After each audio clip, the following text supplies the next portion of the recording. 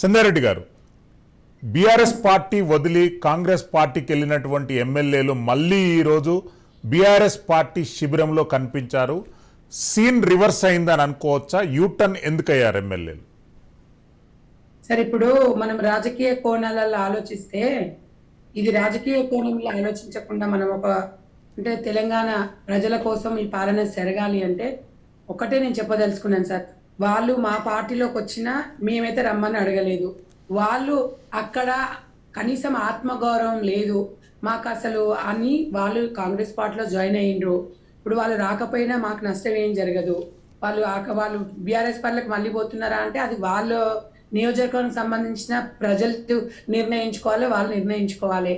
మేము ఇప్పుడు తెలంగాణ ప్రజలకు ఇచ్చిన మాట నిలబెట్టుకోవాలి. రుణమాఫీ గురించి మాట్లాడాలి. విద్యుత్ శాఖలో ఏ రకంగా ఎంత అవినీతి జరిగింది అనేది ప్రజలకు తెలియాలి. కమిషన్ వద్దు అని చెప్పేసి కేసీఆర్ గారు ప్రతిపక్ష నేతగా కనీసం అసెంబ్లీ కూడా రాకుండా ఈరోజు ఆ మాట మాట్లాడుతున్నారు. తప్పు చేయనప్పుడు మీరు కమిషన్ వేసుకోండి, ఇంకేమైనా కేసులు వేసుకోండి అని చెప్తారు. వీళ్ళు ఈరోజు నేను ముక్కు నేలకు రాస్తా అంటుంది. నిజంగా మరి అన్న మాటకైనా కట్టుబడి ఉంటాడు మరి గతంలో విద్యాశాఖ మంత్రిగా చేసిన మరి జగదీష్ రెడ్డి గారు. ఇలా ఇంత అవినీతి జరిగిందంటే ఒక విద్యాశాఖలనే కాదు సార్, ధరణి దాంట్లో జరగలేదే సార్? ధరణి దాంట్లో జరిగింది, గొర్రెల స్కామ్ జరిగింది, కాళేశ్వరం ప్రాజెక్టులో జరిగింది. ఎన్ని ప్రాజెక్టులలో అవినీతి జరగలేదు మీరు ఒకసారి చూడండి. నిజంగా కూడా అసెంబ్లీలో ఇవన్నీ చర్చించుకోవాల్సిన అవసరం ఉంది. కొంతమంది ఏమంటున్నారంటే అసెంబ్లీలో ఇవన్నీ ఎందుకు చర్చలు అంటే, అసెంబ్లీలో చర్చలు జరుపుతున్నాయి కదా సార్, ప్రజలకు తెలిసేది. మేము ఎందుకు సపరేట్గా ఒక దొంగదారిలో కేసీఆర్ చేసినట్టు ప్రతిపక్షం లేకుండా అందరు నిలగొట్టేసి మేమే డోర్లు మూసుకొని చేయట్లేదు. వాళ్ళు చేసిన పాపాలు 17 గంటలు కూర్చోబెడుతున్నాం. మేము ఎందుకు కూర్చోబెడుతున్నాం? గతంలో చేసిన పాపాలు మీలాగా కాదు, గతం చేసిన పాపాలు మీరు చూడాలి, మీరు ప్రతిపక్ష హోదాలు ఉండాలి, మేము ప్రత్యక్షంగా ఉంటాము అని మేము అహంకారంతో చెప్పట్లేదు. మీరు గతంలో మీ పాలన ఎట్లా ఉంది, ప్రజలకు మీరు చేసింది ఏందనేది గుణపాఠం అనేది వాళ్ళకి రావాలి, రియలైజేషన్ కొద్దిగానన్నా కావాలి. కానీ రేవంత్ రెడ్డి గారు ఆ హోదాలో ఉంటే ఓర్చుకోలేకపోతున్నారు తప్ప రాజకీయాల గురించి వాళ్ళు పట్టించుకుంటలేరు. రాష్ట్ర ప్రజలు, అక్కడ నియోజకవర్గం ప్రజలు వాళ్ళకి ఓట్లు వేస్తే వాళ్ళని గాలికి వదిలేసిన పరిస్థితి వీళ్ళది ఉంది. నేను ఒక్కటైతే చెప్పదలుచుకున్నాను సార్, ఈరోజు ఇంత పెద్ద కుంభకోణాలు, ఇన్ని వేల కోట్ల కుంభకోణాలు జరిగినప్పుడు వాళ్ళని విమర్శించొద్దు, వాళ్ళ గురించి అడగొద్దు అంటే అది ఎంతవరకు మీరే చెప్పండి. మేము మొన్న బడ్జెట్ సమావేశాలలో మేము ఎంతెంత బడ్జెట్ పెడితే గంతనే పెట్టిరా అంటే ఉన్నదంతా నాకిపోతుంది. మేము ఇంకా ఎంత మంచి బడ్జెట్ పెట్టినాము, బీసీలకు 9,000 కోట్ల పైచీలకు పెట్టినాం. మీరు గతంలో ఏమి ఇచ్చిర్రు ఏందనేది ఒకసారి వాళ్ళు ఆలోచించుకోవాలి. బీఆర్ఎస్ నాయకులు ₹1 లేకుండా రాష్ట్రాన్ని లూటు చేసిపోయిండ్రు. మేము ఇవాళ 30,000 కోట్ల అప్పు చేసినా వీళ్ళు మాట్లాడుతున్నారు సార్. మేము ఇవాళ 42,000 కోట్ల చేంజ్. ఈరోజు వీళ్ళు గతంలో చేసిన పాపాలకు వడ్డీలు కట్టుకుంటూ వచ్చినాం. తెలంగాణ ప్రజలకు తెలవాలి మేమెందుకు బదలం కావాలి. మేము తెలంగాణ ఇచ్చినప్పుడు ధనిక రాష్ట్రంగా ఇచ్చినాము. ఇవాళ 7 లక్షల కోట్ల అప్పు అయింది. మేము వాస్తవానికి 2 లక్షల చిల్లర కోట్లే అనుకున్నాం. ఇక్కడ వచ్చి చూసినాక కానీ ఆడ ఏమీ లేవు. ఈ రకంగా జరుగుతున్నప్పుడు తెలంగాణ ప్రజలు యావత్ ప్రపంచం చూడాలి. అసెంబ్లీలో చర్చ సమావేశాలు జరగకపోతే అది మంచి పద్ధతి కాదు. ఇలా దొంగోళ్ళకి భయం అవుతుంది అసెంబ్లీలో చర్చలు జరగొద్దని. మేము అనేది ఏంటంటే ఇవాళ యువత ఎంతో మంది నిరుద్యోగులు ఉన్నారు.